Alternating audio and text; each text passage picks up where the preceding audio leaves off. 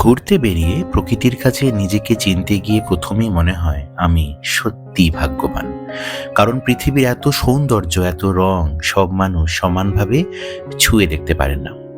আমি কোনো professional vlogger নই। চিকিৎসা পেশায় ব্যস্ত জীবনের ফাঁকে যখন ছুটি পাই তখন আপনাদের মতোই বেরিয়ে পড়ি পথে, একজন সাধারণ মানুষ হিসাবে। তাই আমার এই ভিডিওগুলো কোনো নিখুঁত ট্রাভেল শো নয়, বরং এক টুকরো মানুষ ভ্রমণ। এই পথ চলার ছবি, গল্প আর অনুভূতি যদি আপনাদের ভালো লাগে তাহলেই আমার এই যাত্রা সার্থক। তাহলে আমাদের গল্প গাড়িতে সওয়ার হয়ে শুরু হোক আমাদের একসাথে ঘুরে বেড়ানো বংপথিকের ব্লগে।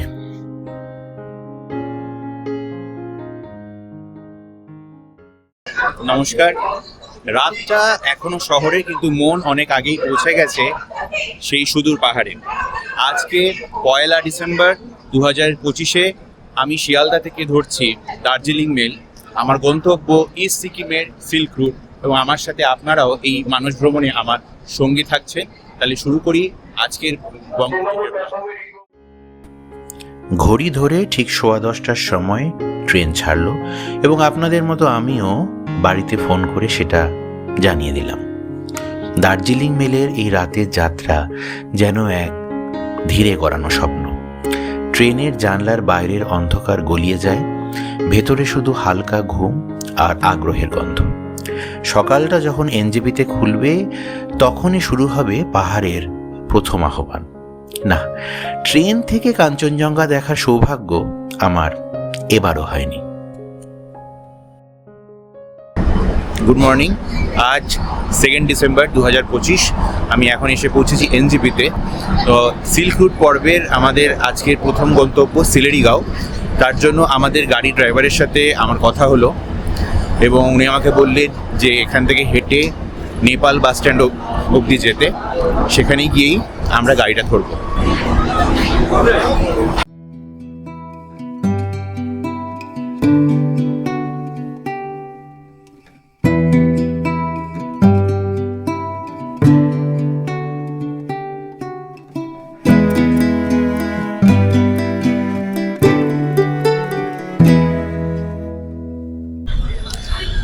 তো এখন আমরা চলে এসেছি এবং আমাদের এই সফরের ড্রাইভার হচ্ছে নিমাজি। হ্যালো। হাই নিমাজি। ঠিক আছে, তাহলে আমরা আজকে সিলারিগাঁও যাবো, তাই তো? जी सिलेरगांव जाएंगे आज। ওকে, ঠিক আছে।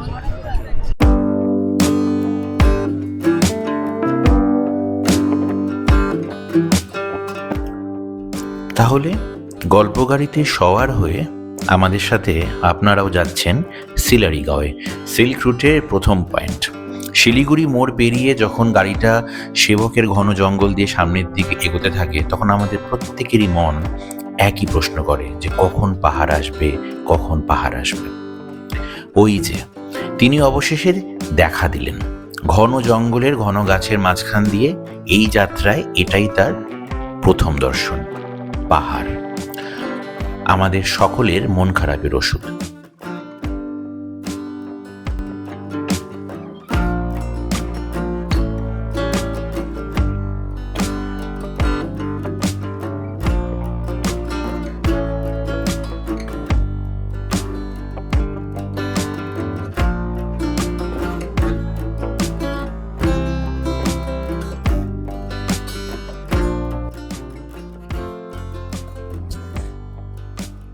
কিছুক্ষণ পরে আমাদের চোখে পড়ে এই ছোট্ট রেল গেটটি। ড্রাইভার দাদা বললেন যে কোচবিহার কিংবা আসামগামী সমস্ত ট্রেন এই রেলপথেই যাতায়াত করে। এরপরে সময়ের সাথে সাথে আমাদের গল্প গাড়ির চাকাও সামনের দিকে এগোয় এবং আমাদের চোখে পড়ে সেবক কালীবাড়ি এবং সেবকের বিখ্যাত করোনেশন ব্রিজ। এই করোনেশন ব্রিজে ডান দিক দিয়ে যে রাস্তাটি যাচ্ছে সেটা দিয়ে ভুটান যাওয়া যায় কিংবা লাভাও যাওয়া যায়, কিন্তু আমরা সোজা যাব এবং গিয়েই উঠব প্রথম আমাদের টি পয়েন্টে, যেটা একটা সুন্দর পয়েন্ট কালীঝোড়ার কাছে। আর কি দেখলাম সেখানে আপনারাই দেখুন।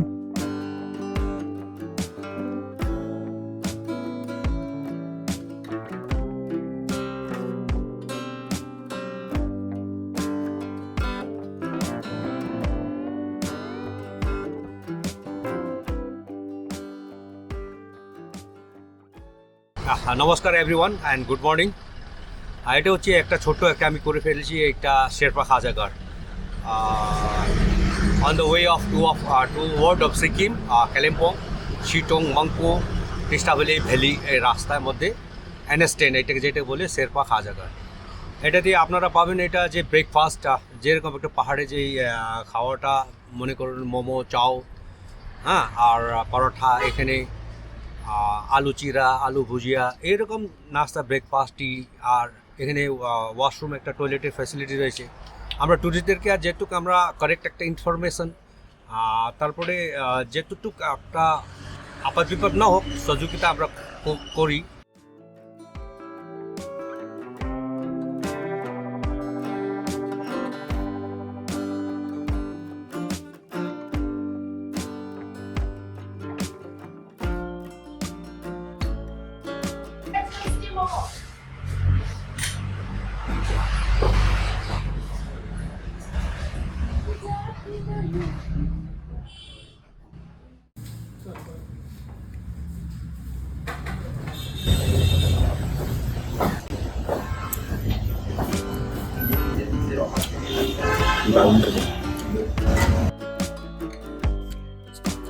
মোমো এবং চা সহযোগে ব্রেকফাস্ট করার পরে আমি আবারও এগিয়ে চললাম আমার আজকের গন্তব্যের দিকে। এখন তিস্তা ব্রিজের ওপরে উঠলে ডান দিকে আপনারা যেটা এখন দেখতে পাচ্ছেন সেটা হচ্ছে একটা নির্মীয়মান টানেল। সিকিম যাওয়ার রেলপথের এটি একটি গুরুত্বপূর্ণ অংশ।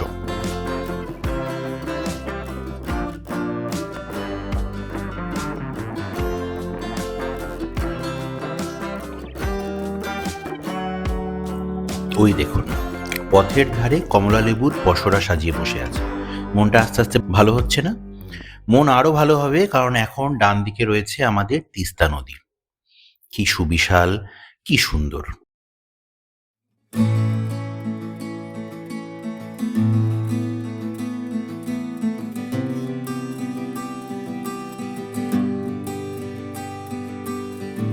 এই রাস্তার উপর দিয়ে যেতে যেতে সামনে ডান দিকের যে বাঁকটা দেখছেন সেটা হলো দার্জিলিং ডাইভারশন। দার্জিলিং যাওয়ার গাড়িগুলো ওই পথ দিয়ে যায়, কিন্তু আজ আমরা সোজা গিয়ে পৌঁছবো কালিম্পংয়ে।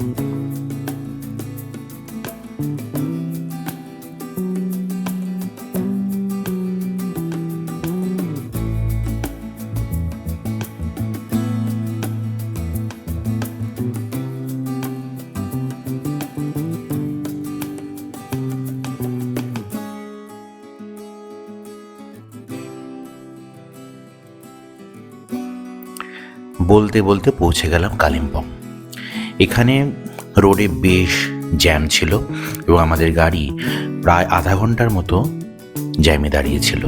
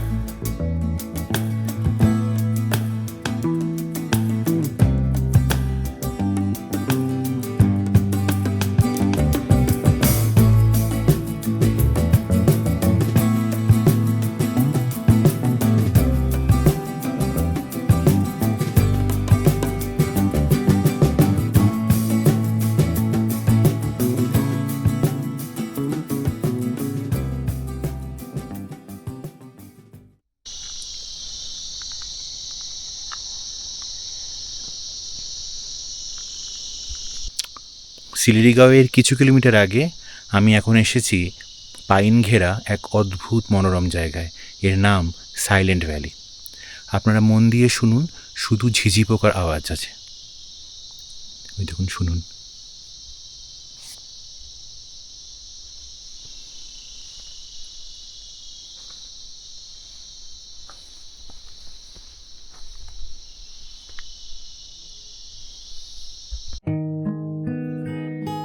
সাইলেন্ট ভ্যালি একেবারে সার্থক নাম। এখানে পাইন গাছের গায়ে জমে থাকা হাজার বছরের মস যেন কত পুরনো দিনের কথা বলে, কত ইতিহাস, কত অব্যক্ত অভিমানের কথা বলে। কিন্তু আমরা আজকে অভিমানের কথা বলবো না, আমরা আজকে অভিযোগের কথাও বলবো না। আজ আমরা বলবো ভালো থাকার কথা, সিলারিগাঁওয়ের কথা।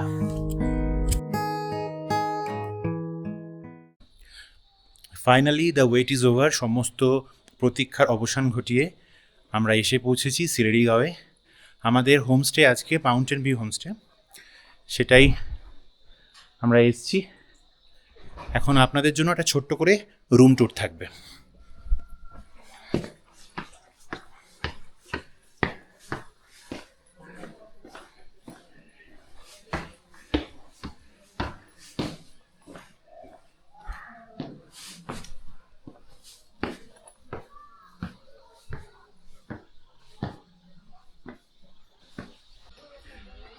তো রুমটার একটা ছোট ট্যুর দিয়ে দিই। এটা আজকে আমার রুম। এটা অ্যাকচুয়ালি একটু বড়ই রুম।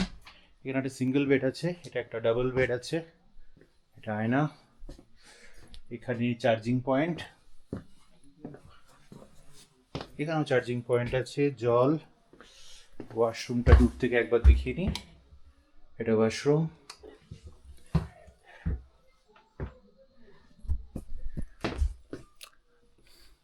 বেশ ভালো।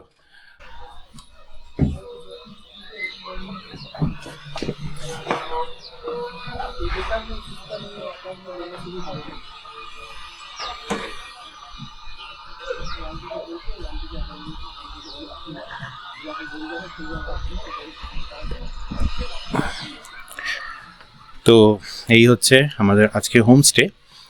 এখন ঘড়িতে বাজে প্রায় 1:45। ওয়েদারটা এখন একটু ফগি আছে, কিন্তু লোকাল যে ওয়েদার আপডেট অনুযায়ী এবং এখানকার স্থানীয় মানুষদের সাথে আমি যেটুকু কথা বললাম তাতে যা বুঝতে পারছি যে সকালবেলা ওয়েদার একেবারেই ক্লিয়ার থাকে, এবং আশা করছি যে কাল সকালবেলায় আমরা কাঞ্চনজঙ্ঘা ক্লিয়ারলি দেখতে পারবো। যখন সকালবেলা উঠলে ওয়েদারটা ক্লিয়ার থাকবে, কাঞ্চনজঙ্ঘা ঠিক আমাদের রুমটার সামনাসামনি আমরা দেখতে পারবো। মানে জাস্ট ক্যামেরাটাকে যদি আমরা এরকম করে আস্তে করে প্যান করি, এই সামনেটাই আমাদের কালকে কাঞ্চনজঙ্ঘা দেখার কথা। এখন দেখা যাক, যে পাহাড়ের ওয়েদার সবসময় খানিকটা আনপ্রেডিক্টেবল হয়, দেখা যাক। তবে আমি আশাবাদী যা ওয়েদার। আজকে 2 ডিসেম্বর 2025, আমি রয়েছি এখন সিলারিগাঁওতে, এবং জাস্ট পৌঁছলাম একটু ফ্রেশ করে লাঞ্চ করে, তারপরে একটু আমরা চারিপাশটা হাঁটবো। কারণ পাহাড়ি জায়গায় জাস্ট নিজের মতো করে হাঁটার মধ্যে যে একটা থ্রিল থাকে, যে একটা অ্যাডভেঞ্চার থাকে, তার কোনো তুলনা হয় না। তাহলে আপনারা অবশ্যই সঙ্গে থাকুন। এই রুমের ভাড়া, ট্যারিফ, খাওয়া খরচ কীরকম, কীভাবে কী হবে, সেগুলো আমি আস্তে আস্তে এবার বলবো। এটা হচ্ছে সিলারিগাঁও আমাদের লাঞ্চ। ঝিরিঝিরি আলু ভাতের পাঁপড়, এখানে ভাত আছে, এটা ডাল, এটা আলু বাঁধাকপির তরকারি, আর এটা আছে ডিম।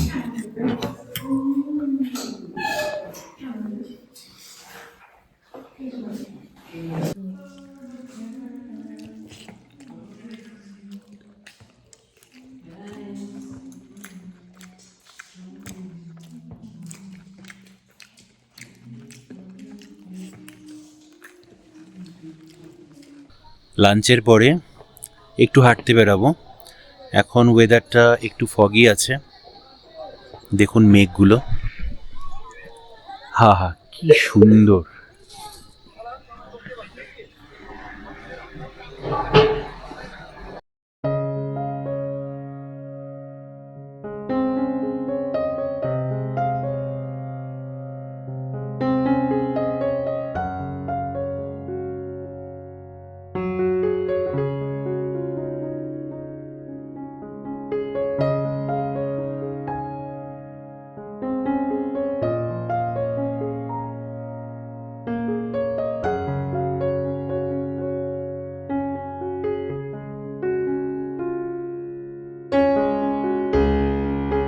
আপনাদের একটা সুন্দর জিনিস দেখাচ্ছি, এই দেখুন পুরো হোমস্টে যে এন্ট্রান্সটা সেটা একটা গোলাপ গাছ দিয়ে সুন্দর করে ডিজাইন করা আছে।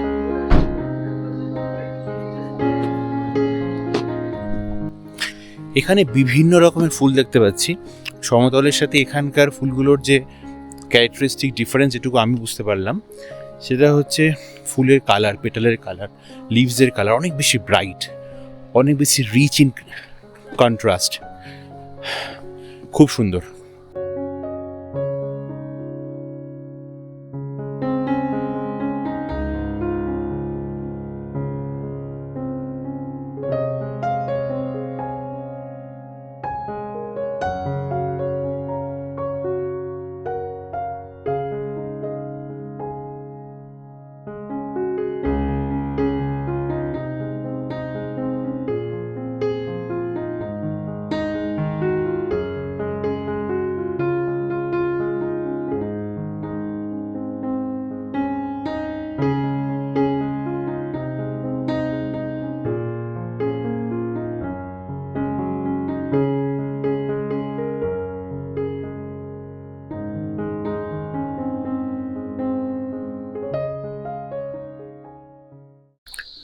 এখানে ধূত্র ফুল দেখলাম একটু আগে, প্লাস আপনাদের মানে ঘণ্টি ফুলও দেখালাম, যেটা এখানকার মানে স্থানীয় ভাষায় একটা অদ্ভুত নাম বলেছে, যেটা ঠিক ঠিক মনে করতে পারছি না আমি।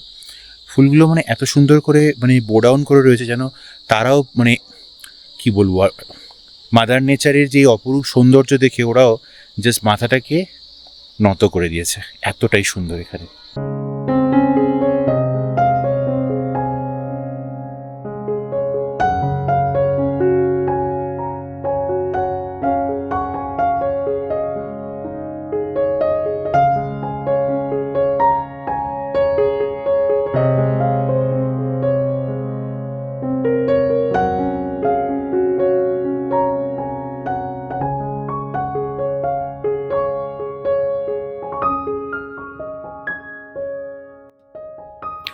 সিলারিগাঁও নামটার পেছনে এক মজার গল্প আছে। লোকমুখে শোনা যায় আগে এখানে প্রচুর সিলারি নামের এক ধরনের বুনো ফুল বা শাক হতো, সেই থেকেই নাম সিলারিগাঁও। একটা গ্রাম যেখানে সকাল মানেই কাঞ্চনজঙ্ঘার মুখে সূর্যের প্রথম হাসি। তবে সেই প্রথম হাসির কাঞ্চনজঙ্ঘা আমরা কি করে দেখতে পাই তার গল্পই এখন বলবো।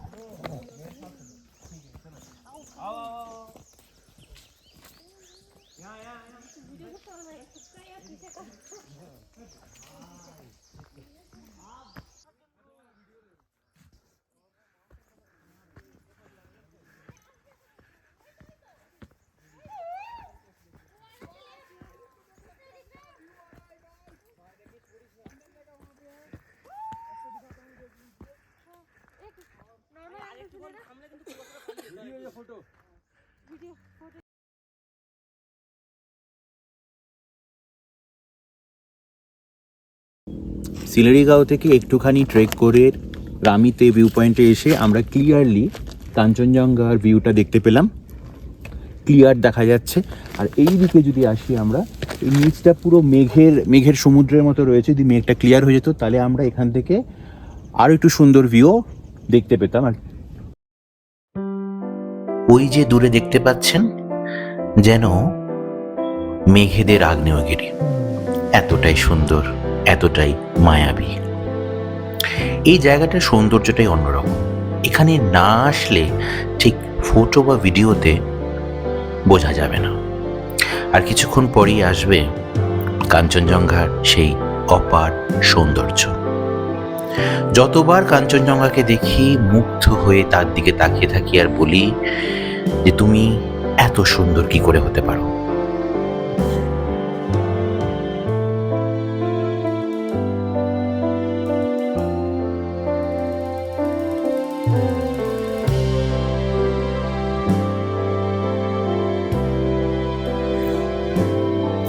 আমার এই ভিডিও যারা এতক্ষণ অবধি দেখলেন, যদি এই ভিডিওটা আপনাদের ভালো লেগে থাকে তাহলে আমার এই ছোট চ্যানেলটিকে সাবস্ক্রাইব করার অনুরোধ রইল।